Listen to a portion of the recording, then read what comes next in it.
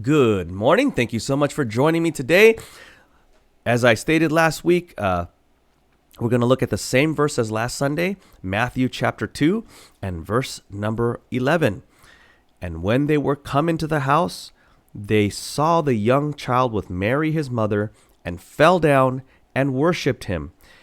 And when they had opened their treasures, they presented unto him gifts, gold and frankincense and myrrh. Last week we highlighted the gift of gold that the wise men presented to Jesus. Today we're going to highlight the second gift that was presented to him, and that is frankincense. Frankincense. First of all, frankincense is a pretty expensive item. Of course, so is gold, but all of these gifts were very nice gifts, very expensive, high-end gifts. But frankincense, why did the wise men give Jesus frankincense? What was frankincense used for? Well, in Jewish custom, the frankincense was used by the priests, basically within the tabernacle and then eventually the temple. Whenever the priests were worshiping the Lord, and part of the rituals that they would do as a form of worship and reverence to God, to their deity, the Lord, Jehovah, as they call Yahweh, they would burn frankincense, okay, and the incense it basically would kind of make the air smell good, within the area, but it was also just a show of reverence to their God, to the Lord. And so when the wise men were presenting frankincense to Jesus, they were basically acknowledging the deity of Jesus Christ.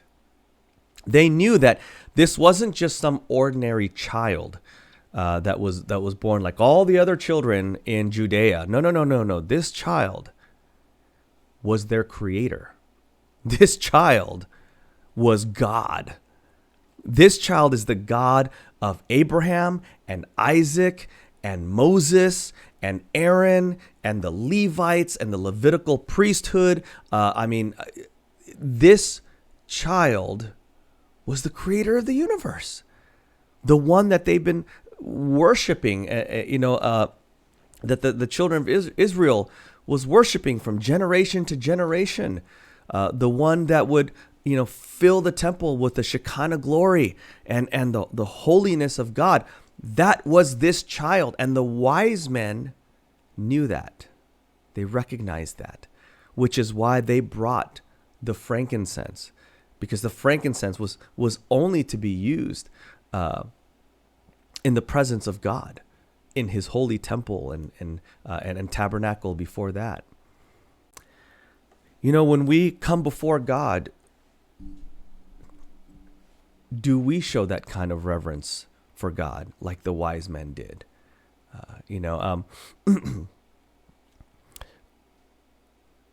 God is a holy God. He has high expectations, of his followers and his believers. We see that in the Old Testament, and actually we see that in the New Testament.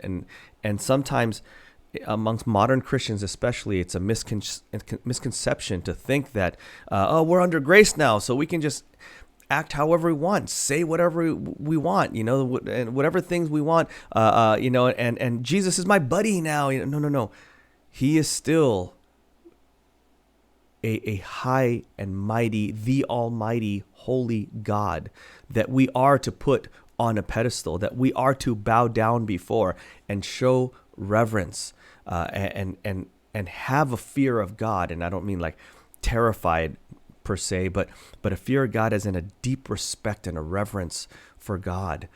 And so we should be careful the things that come out of our mouth, and especially in relation to the things of God, and especially the name of God, because that is a very holy thing, because God is a very holy God.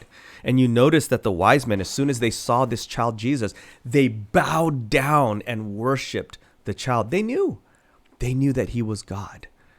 And so should we. So should we have the wisdom of these wise men when we come before Jesus and understand his holiness and the deity of Jesus Christ, that he and God the Father, they are one. They're the same. Yahweh and the Almighty, Jesus Christ, it's one God. And his name is Jesus. I'm going to stop right there.